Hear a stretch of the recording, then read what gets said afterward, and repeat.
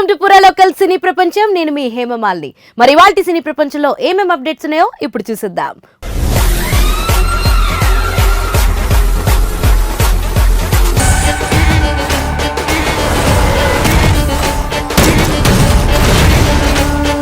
Unpredictable. ముందుగా మొదటిది RC16 కోసం రంగంలోకి మున్నాబాయ్ అప్డేట్ ఇచ్చిన బుచ్చిబాబు. మరి ఆ వివరాలేంటో ఇప్పుడు చూసేద్దాం.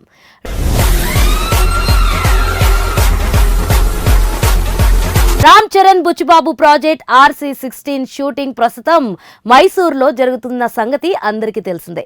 గత వారం మొదలైన ఈ మూవీ షూటింగ్ సెట్లోకి సోమవారం నాడు రామ్ చరణ్ అడుగుపెట్టాడు.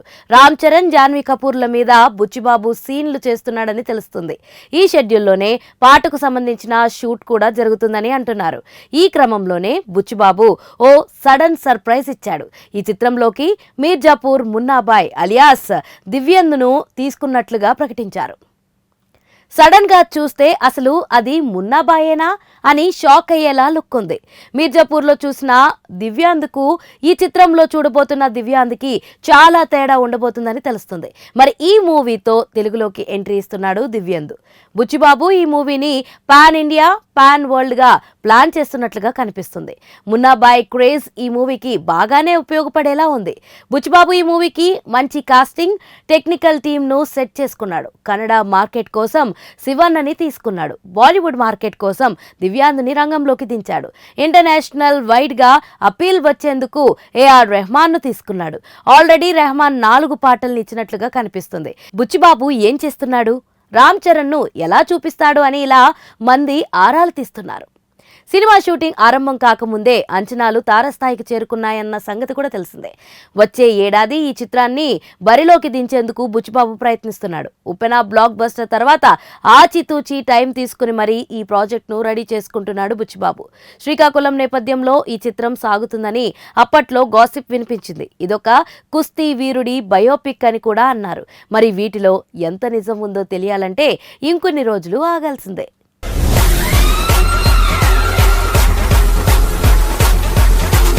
మన సినీ ప్రపంచంలో నెక్స్ట్ అప్డేట్. 2 తెలుగు రాష్ట్రాల్లో భారీ టార్గెట్. ఈ ఫీట్ ను బన్నీ అందుకుంటాడా? ఆ వివరాలేంటి ఇప్పుడు చూసేద్దాం.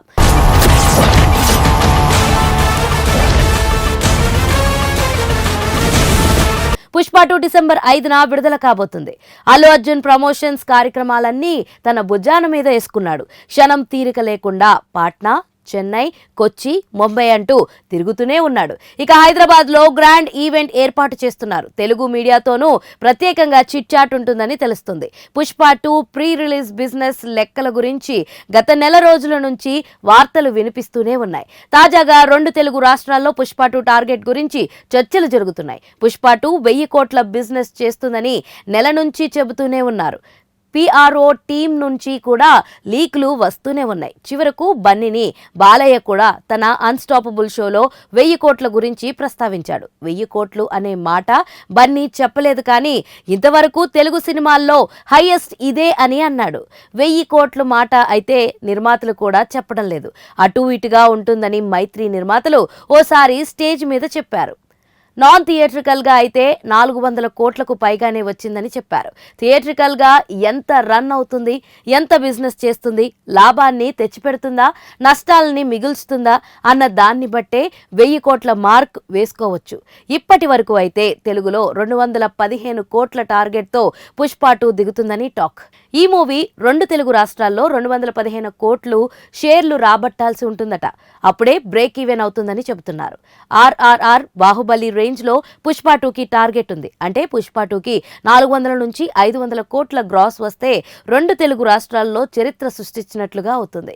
మరి ఆ రేంజ్ టార్గెట్ ను సాధించడం అంటే మామూలు విషయం కాదు.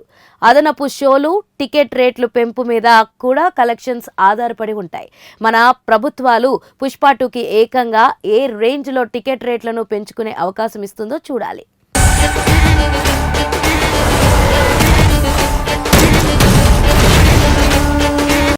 మన సినీ ప్రపంచంలో నెక్స్ట్ అప్డేట్. గేమ్ చేంజర్ ఆ రూమర్స్ లో నిజం లేదట. మరి ఆ వివరాలేంటి ఇప్పుడు చూసేద్దాం. గ్లోబల్ స్టార్ రామ్ చరణ్ హీరోగా కియారా అద్వానీ అలాగే అంజలి ఫీమేల్ లీడ్ లో మార్వెలస్ డైరెక్టర్ శంకర్ తెరకెక్కించిన మోస్ట్ అవైటెడ్ చిత్రం గేమ్ చేంజర్ కోసం అందరికీ తెలిసిందే. మరి ఎన్నో అంచనాలు సెట్ చేసుకున్న ఈ చిత్రం కోసం అభిమానులు ఎంతో ఆసక్తిగా ఎదురు చూస్తుండగా ఈ సినిమా నుంచి వచ్చిన ఒక పాట మంచి రెస్పాన్స్ అయితే అందుకుంది. అయితే ఈ సినిమా విషయంలో లేటెస్ట్ గా పలు రూమర్స్ పై క్లారిటీ వినిపిస్తుంది. నిజానికి గేమ్ చేంజర్ అనుకున్న దానికంటే చాలా ఆలస్యంగా వస్తున్న సంగతి తెలిసిందే. ఈ సినిమా షూటింగ్ ఎంతకీ పూర్తి కాకుండా అలా సాగుతూ ఉన్న నేపథ్యంలో 2 భాగాలుగా ఏమన్నా తీస్తున్నారా అంటూ ఆ మధ్య టాక్ వచ్చిన సంగతి తెలిసిందే. ఇప్పుడు మళ్ళీ ఇవే ఊహాగానాలు వినిపిస్తుండగా ఇప్పుడు ఫైనల్ గా దీనిపై ఓ క్లారిటీ అయితే వినిపిస్తుంది. ఈ చిత్రానికి పార్ట్ 2 ఉండడమో లేదా శంకర్ గతంలో తెరకెక్కించిన సినిమాకి సీక్వెల్ కాన్సెప్ట్ లానో రావడం లేదట. ఇది పూర్తిగా సోలో సినిమా, దీనికి ఎలాంటి సీక్వెల్ ఉండబోదు అని సమాచారం. సో ఆ వార్తల్లో నిజం లేదని చెప్పాలి.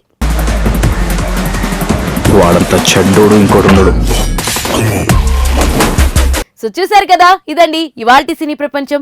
మరొక ఇంట్రెస్టింగ్ ఎపిసోడ్ తో మళ్ళీ కలుసుకుందాం. అప్పటి వరకు చూస్తూనే ఉండండి పూరా local. This is your Hemamalini signing off. Bye.